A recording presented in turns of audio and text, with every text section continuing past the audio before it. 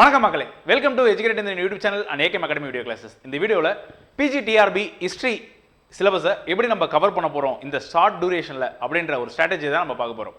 So myself Anandaraj Narayanasamy and I have cleared 5 times UGC NET in history and 1 time in political science also.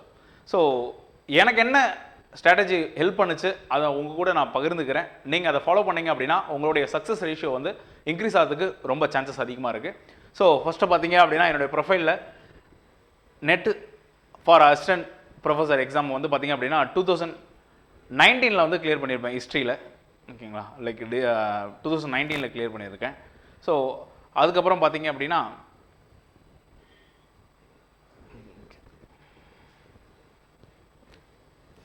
2020 இது வந்து பார்த்தீங்க அப்படின்னா 2020 clear பண்ணது history. Like அடுத்து இதுவுமே பார்த்தீங்க அப்படின்னா 2021 அண்ட் டிசம்பர் 21 அண்ட் ஜூன் 22 உடைய கம்பைன்டு செஷன் இது. ஸோ அதுலேயுமே கிளியர் பண்ணியிருக்கேன். அதுக்கப்புறம் பார்த்தீங்க அப்படின்னா இது என்னுடைய JRF award letter. Okay, PhD பண்ணுறதுக்கான JRFக்கான அவார்ட் லெட்டர். லைக் அடுத்து பார்த்தீங்க அப்படின்னா இது வந்து ரீசெண்டாக வந்து பார்த்தீங்க அப்படின்னா ஜூன் டிசம்பர் 2024 வந்து கிளியர் பண்ணதுக்கான சர்டிஃபிகேட். லைக் இது பார்த்தீங்கன்னாவே தெரியும். ஓகேங்களா, ஸோ அண்ட் தென் வந்து பார்த்தீங்க அப்படின்னா இது வந்து TET paper 1. So Tamil Nadu government நடத்திய TRB நடத்தின டெட் பேப்பர் 1 சர்டிஃபிகேட். ஸோ இது வந்து டெட் பேப்பர் 2. ஓகேங்களா, ஸோ அதுக்கான சர்டிஃபிகேட் கிளியர் பண்ணதுக்கான சர்டிஃபிகேட். ஸோ ஃபஸ்ட்டு எதுலாம் வந்து நமக்கு ஹெல்ப் பண்ணுச்சு அப்படின்னு நான் சொல்கிறேன். டு பி ஃப்ரேங்க், லைக் எனக்கு வந்து பார்த்தீங்க அப்படின்னா லைக் இன்னைக்கு வரைக்குமே வந்து எக்ஸாக்ட் சிலபஸ் நெட்டுக்கு தெரியாது. Though I have cleared like 2 subjects in UGC NET இருந்தாலுமே வாட் ஒர்க் ஃபார் மீ எனக்கு என்ன ஹெல்ப் பண்ணுச்சு அப்படின்னா சப்ஜெக்ட் நாலேஜ் தாங்க. நம்ம வந்து சப்ஜெக்ட் எவ்வளோ புரிஞ்சுக்கிட்டு நம்ம பண்ணுறோம் அப்படின்னா அந்த சப்ஜெக்ட் நம்ம எவ்வளோ லவ் பண்ணுறோமோ அந்த சப்ஜெக்ட் வந்து நமக்கு ரிவார்ட்ஸ் கொடுக்கும். ஸோ அந்த மாதிரி தான் வந்து ஹிஸ்ட்ரி வந்து படிக்கிறப்போ ஒரு பூரிப்பாக இருக்கும். ஒரு புத்தரெல்லாம் படிக்கிறப்போ ஒரு 2600 ஆண்டுகளுக்கு முன்பாக ஒருவர் இப்படி வாழ்ந்ததுக்கான சாத்தியக்கூறுகள்லாம் இருக்குமா அப்படின்னு லைக் அவர் சொல்லக்கூடிய போதனைகள்லாம் பார்க்குறப்போ ரொம்ப ஆச்சரியமாக இருந்துச்சு. ஃப்ரெஞ்ச் ரெவல்யூஷன் லைக் படிக்கிறப்போ பார்த்தீங்க அப்படின்னா லிபர்ட்டி, ஈக்குவாலிட்டி, ஃபெட்டர்னிட்டி படிக்கிறப்போ ரொம்ப ஆச்சரியமாக இருக்கும். ஓ, இவ்வளோ பெரிய கான்செப்ட்ஸா. ஸோ எப்படி இருக்கக்கூடிய ஒரு 200 வருஷத்தில் யூரோப் வந்து எவ்வளோ டெவலப் ஆகிருக்கு அப்படின்ற ஒரு ஆச்சரியம் இருக்கும். அமெரிக்கன் ரெவல்யூஷன் படிக்கிறப்போ லைக் போர்ச்சுகல், ஸ்பெயின்லேருந்து வரக்கூடிய அந்த கொள்ளைக்காரர்கள்லாம் வந்து அந்த நாடு கடத்துறப்போ அவங்களுடைய நியூ லேண்டாக மாற்றிக்கிட்டாங்க. அந்த இடத்த வந்து தங்களுடைய நாடாக மாற்றிக்கிட்டு பார்த்தீங்க அப்படின்னா வெறும் ஒரு 500 ஆண்டுகளில் இந்த உலகத்துடைய சாம்ராஜ்யத்தில் மிக முக்கிய ஒரு நாடாக முதன்மை நாடாக அமெரிக்காவை மாற்றினாங்க அப்படின்றப்போ ஒரு மிகப்பெரிய ஒரு ஆச்சரியக்குறி ஏற்படும்ல. அப்போது அதுக்கான தேடலாக வரலாறு படிக்கிறப்போ தான் வரலாறு மீது ஒரு மிகப்பெரிய ஒரு காதல் ஏற்பட்டது.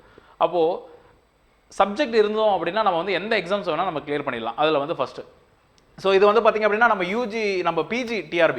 ஓகேங்களா, PGTRB ஹிஸ்ட்ரிக்கான தமிழ் அதாவது சிலபஸில் இருக்கக்கூடிய வார்த்தைகளையே வந்து நாங்கள் வந்து டிரான்ஸ்லேஷன் பண்ணியிருக்கோம். நாங்கள் மொழியாக்கம் பண்ணி கொடுத்துருக்கோம். ஸோ அழகு 1 பார்த்திங்க அப்படின்னா ஃபஸ்ட்டு நமக்கு வந்து என்னென்னலாம் இருக்குன்றது உங்களுக்கே தெரியும். ஃபஸ்ட்டு வந்து பார்த்திங்க அப்படின்னா 10ஆம் நூற்றாண்டு வரையிலான இந்திய வரலாறு ஃப்ரம் தி ஏன்ஷியன்ட் டைமில் ஃபஸ்ட்டு ஸ்டார்டிங்கில் இருக்கக்கூடிய காலகட்டத்தில் எங்கள் வரலாற்றுக்கு முந்தைய காலத்திலேருந்து லைக் ப்ரீ ஹிஸ்டாரிக் டைம்லேருந்து நம்ம ஆரம்பித்தோம் அப்படின்னா அதுக்கப்புறம் லைக் புரோட்டோ ஹிஸ்ட்ரி, அப்புறம் வந்து பார்த்திங்கன்னா Harappan culture, Vedic culture, Mahajanapadas, like Mauryan dynasties, Gupta dynasties, invasions, இது எல்லாருமே 10ஆம் நூற்றாண்டு வரை இதில் இருக்கக்கூடியவங்க எல்லாருமே அதில் இருக்கக்கூடிய ஒவ்வொரு வார்த்தைகளும் நம்ம பார்க்கணும்.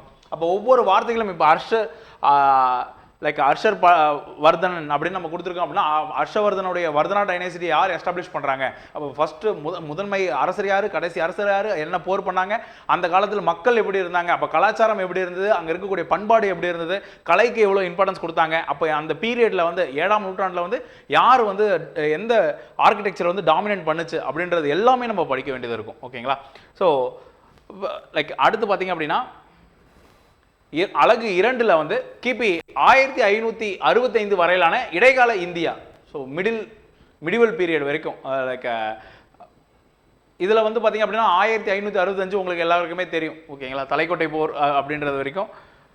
அதுக்கப்புறம் பார்த்தீங்க அப்படின்னா விஜயநகர பேரரசு, அது எல்லாமே பக்தி இயக்கம், இது எல்லாமே கொடுத்துருப்பாங்க. ஓகேங்களா, ஸோ அடுத்து பார்த்தீங்க அப்படின்னா அழகு 3 முகலாய இந்தியா மற்றும் மராத்தியர்களின் எழுச்சி. அப்போ இரண்டு பேரையும் நம்ம கம்பேர் பண்ணி படிக்க வேண்டியதாக இருக்கும்.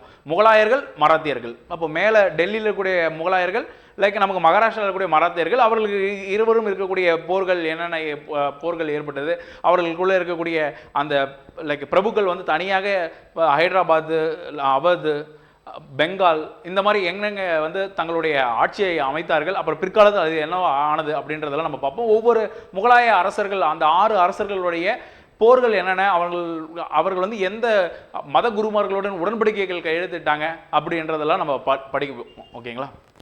ஸோ அடுத்து அழகு 4 கம்பெனி ஆட்சி. ஸோ கம்பெனி ஆட்சி உங்களுக்கு நல்லாவே தெரியும்.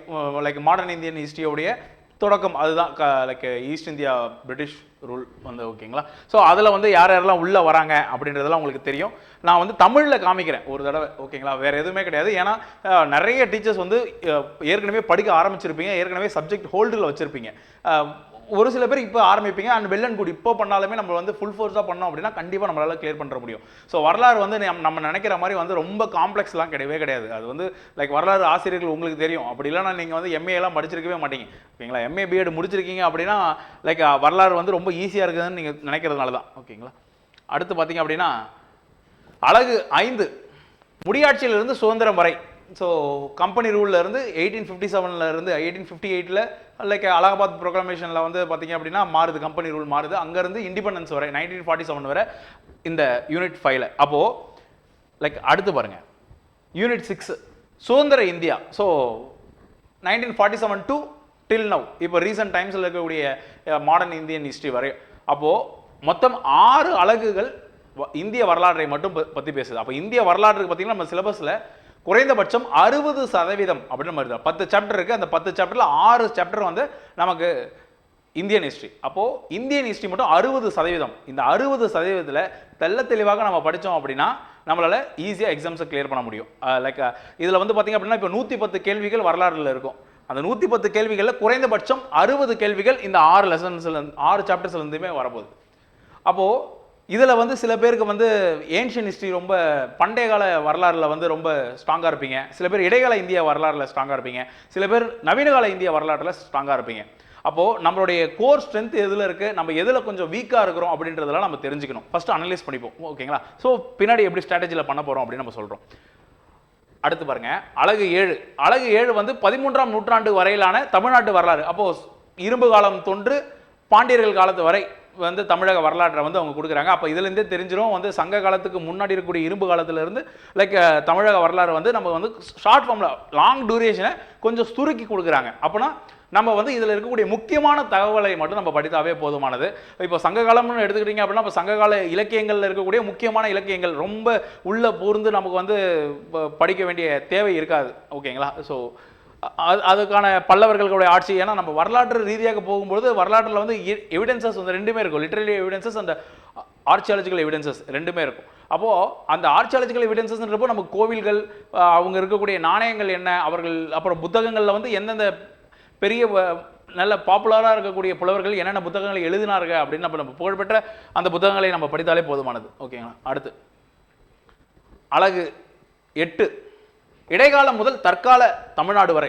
இது ரொம்ப முக்கியமான ஒரு விஷயமா நம்ம பார்க்கலாம். ஓகேவா? அப்போ வந்து நாயக்கர்கள் எப்படி வர ஆரம்பித்தாங்க, அதுக்கப்புறம் தமிழ்நாட்டில் பிரிட்டிஷ் ரூல் எப்படி இருந்துச்சு, அதுக்கப்புறம் இப்போ சமீபத்தில் இருக்கக்கூடிய திராவிட கட்சிகள், ஓகேங்களா, அது போக மற்ற அரசியல் இயக்கங்கள், அவர்களுடைய பங்களிப்புகள், இடஒதுக்கீடு, தமிழ்நாடு வந்து இப்போ எப்படி தொழில்மயமாதலில் வந்து பார்த்திங்க அப்படின்னா தன்னை மாற்றிக்கொண்டது, எப்படி வந்து இன்றைக்கி ஜிடிபியில் வந்து 2ஆம் இடத்தை பிடிக்கக்கூடிய அளவுக்கு தமிழ்நாடு வளர்ந்துருக்கு அப்படின்றதெல்லாம் நம்ம இந்த லெசனில் படிப்போம். ஓகேங்களா?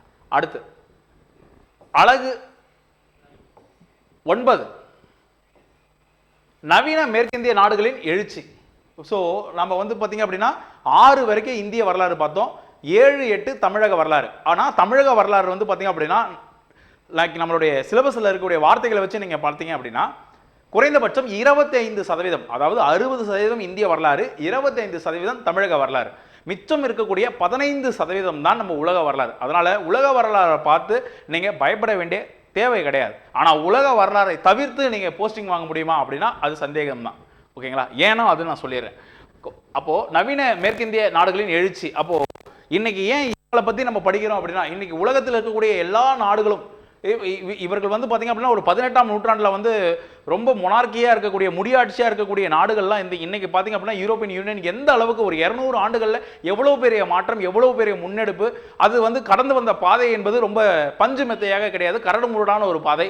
அதனால வந்து அவர்கள் வந்து இம்பீரியலிசம் வந்து கையில் எடுத்தாங்க, நிறைய காலனிஸை வந்து அவங்க வந்து கேப்சர் பண்ணாங்க. அப்போது இன்னைக்கு உலகம் மாறி இருக்கிறதுக்கான டெக்னாலஜிஸ் வளர்ந்துருக்கு. இப்போது நான் பேசுகிறத நீங்கள் கேட்டுட்டு இருக்கீங்க, ஒரு தொழில்நுட்பத்தின் வழியாக. இதுக்கு எல்லாமே அடித்தளம் இட்டது வந்து ரெனைசன்ஸ், என்லைட்மெண்ட் அப்படின்னு நம்ம சொல்லலாம், மறுமலர்ச்சிகள். அப்போ அதுக்கான மறுமலர்ச்சி மற்றும் சீர்திருத்த இயக்கங்கள், அதில் வரக்கூடிய புரட்சிகள்லாம் என்னென்ன, அமெரிக்க புரட்சி, பிரெஞ்சு புரட்சி, லைக் ஜெர்மனி புரட்சி, கிரேக்க விடுதலை போர், இது எல்லாத்தையும் நம்ம படிப்போம். ஓகேங்களா இந்த லெசனில். அடுத்து அழகு 10 நவீன உலக வரலாறு. அப்போ நவீன உலக வரலாறு என்பது வந்து பார்த்தீங்க அப்படின்னா லைக் இத்தாலிய ஒருங்கிணைப்பு மற்றும் முதலாம் உலக போர், இரண்டாம் உலக போர், அதுக்கான நடுவில் இருக்கக்கூடிய காரணங்கள், லைக் அதுக்கப்புறம் இருதுருவ உலகம், லைக் கேபிட்டலிசம், கம்யூனிசம், முதலாளித்துவம், தொழிலாளித்துவம், அதுக்கப்புறம் பார்த்தீங்கன்னா இந்த எண்ட் ஆஃப் கோல்டு வார், பனிப்போருடைய முடிவு, இது வரைக்கும் நமக்கு வேலை கொடுத்துருக்காங்க. ஓகேங்களா. அப்போது இதில் பார்க்க வேண்டிய விஷயம் என்னன்னு வந்து பார்த்துக்கோங்களேன், இந்திய வரலாறு 60%. ஓகேங்களா. So Indian history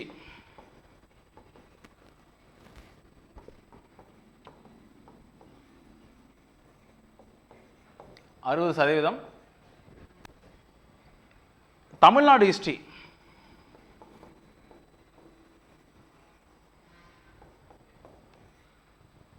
25%. அடுத்து வந்து வேர்ல்டு ஹிஸ்ட்ரி